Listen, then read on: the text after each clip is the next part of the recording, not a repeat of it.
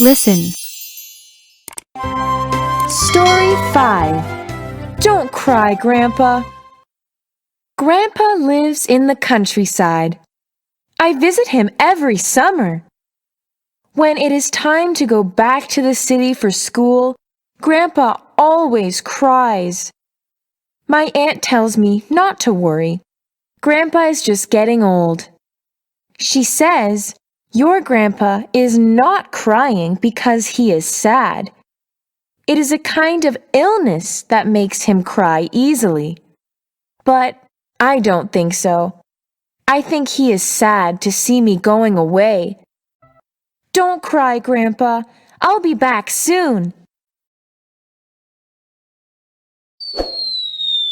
Read aloud.